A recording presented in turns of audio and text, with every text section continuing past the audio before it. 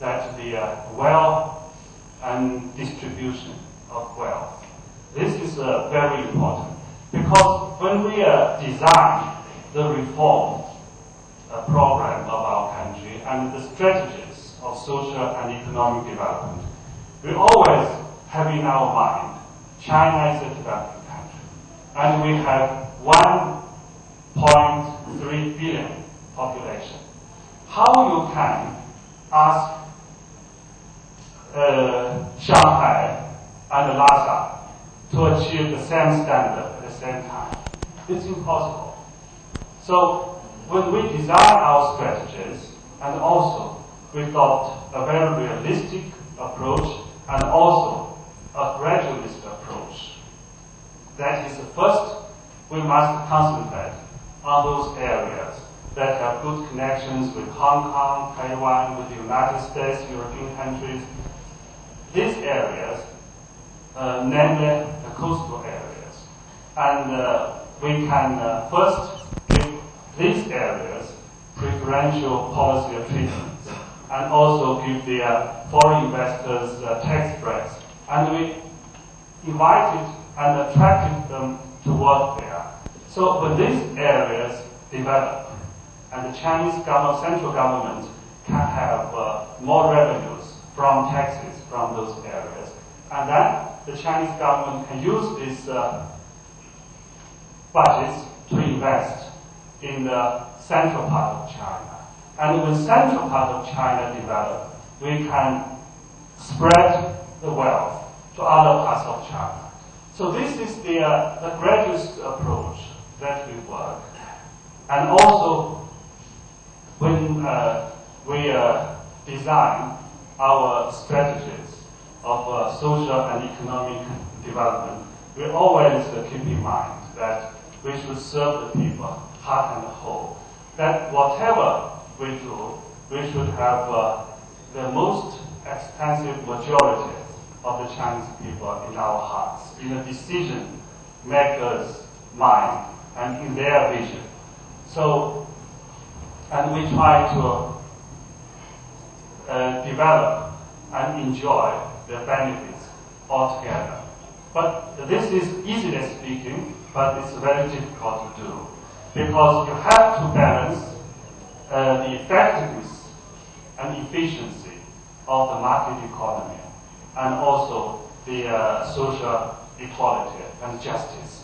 To uphold social justice and to liberalize more the economy sometimes put us in very difficult situation. But it is the very difficult situation that we have to find way forward.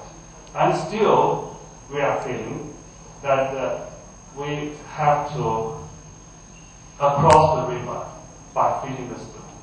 And sometimes we don't know what is the result and also what is the path. But what we know is if we serve the people heart and soul, and if we have the majority of the Chinese people in our minds, and we can succeed. So these are the things that we are doing. And also, on foreign policy side, China has to be indigenous and also has to be creative. Because China is a socialist country. So socialism teaches us we must love peace. And we must share the fruits of economic development more with our friends in other parts of the world. So this is what we call the internationalism that we must implement. These are the principles of socialism. So in China, we worked out with our friends from Burma, from Nepal, from India, the 5 principles of peaceful coexistence. So countries, no matter big or small, we are equal partners of the international community. We should respect each other's sovereignty, territorial integrity, and also we should do our business in mutual interests. We can't continue any diplomatic relations with other countries at the cost of others. This will never do. Nobody is full in this world. So these are the things we are very clear in our mind. And also in China, as our friends learn that we design the so-called one country, two systems. This is the model that we use to solve the disputes left by history. Like Hong Kong and Macau, they were taken hundreds of years ago by the colonialists and imperialists. And they are well-established capitalist system. But we have to reunite it with this because it's a matter of principle. So how to solve this problem? Our leaders wisely formulated that one country, two system. So this is also a very realistic approach. Sometimes we have some difficulties in these implementations, but anyhow, we are very much consistent in this. So I think these are also working. And also, the third thing I think about the success of Chinese story, the secret is Chinese government attaches great importance to the development of science and technology, and also the education. And we think education is the most important asset for a country like China. We have a 1.3 billion population. This is the most important asset that our ancestors have given us. Some people may say, if you don't have a good economy, this is a burden. But if you have a well-educated population, this population will definitely become an asset. So we developed very comprehensive strategies for the development of Chinese education. So we sent our best scholars also to the States, to the European countries, to learn science technologies. And also, we set up very good universities of science and technologies. And also, the Chinese government invested hugely on some of the most important areas of new science and technologies, like information technologies, space technologies, biotechnologies, and also new materials. So this, and also the ocean technologies.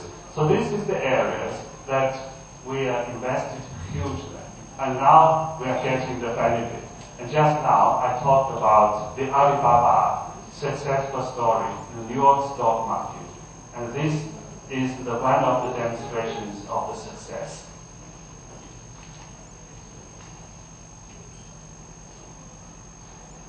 So these are some of the insights I want to share with our friends about the successful stories of the People's Republic of China. And also, I would like to also talk a little bit about Nepal, because our friends are also interested in our policy with Nepal. China and Nepal are friendly neighbors linked by mountains and rivers. And when we talk about mountains and rivers, if we stand here in Bhaktapur, we look at the north and we see these mountains.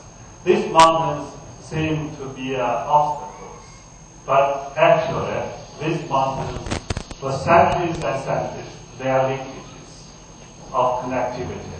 They never blocked us where our ancestors did our trade along this old Silk Road, and still it continues. So we always support and help each other. In recent years, with the joint efforts of the two sides, our bilateral relations has developed very steadily and healthily. We have witnessed the frequent high-level visits, the growing economic and trade ties and increasing people-to-people exchanges. We have cooperated vividly, especially in hydropower, infrastructure, construction, civil aviation, and other sectors. China has become the largest or the second largest direct investor in this country and the second largest tourist source market in Nepal. The peoples of our two countries are enjoying the tangible benefit of our close cooperation. China highly appreciates Nepal is maintaining one China policy, and we will continue to support Nepal for its peace, stability, and prosperity. And when we talk about the people-to-people exchanges, I also would like to thank His Excellency Mr. Chairman Bijukcha for his leadership and vision, and also for his contributions to the Chinese and Nepal friendship and also people-to-people relations.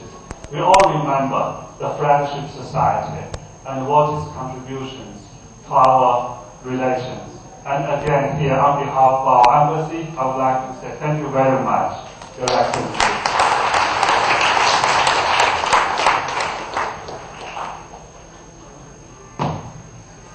The Chinese leadership attaches great importance to our relations with the neighboring countries, and also is very much committed to consolidating our traditional relation and friendship with Nepal. Recently, Chinese President Xi Jinping had a very successful visit to South Asia. This historical visit demonstrates China is ready to work together with the region to achieve common prosperity. Nepal will further benefit from more Chinese integration and connectivity with South Asia. China is willing to join hands with Nepal to continue to push forward the development of our bilateral relations.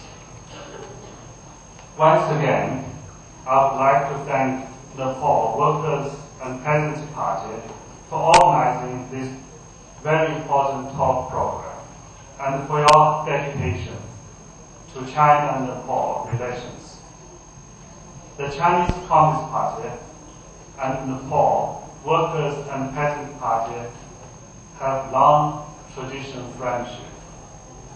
The Chinese Communist Party is committed to enhance mutual understanding and exchanges with Nepal Workers' and Peasants' Party and also other friendly parties in Nepal.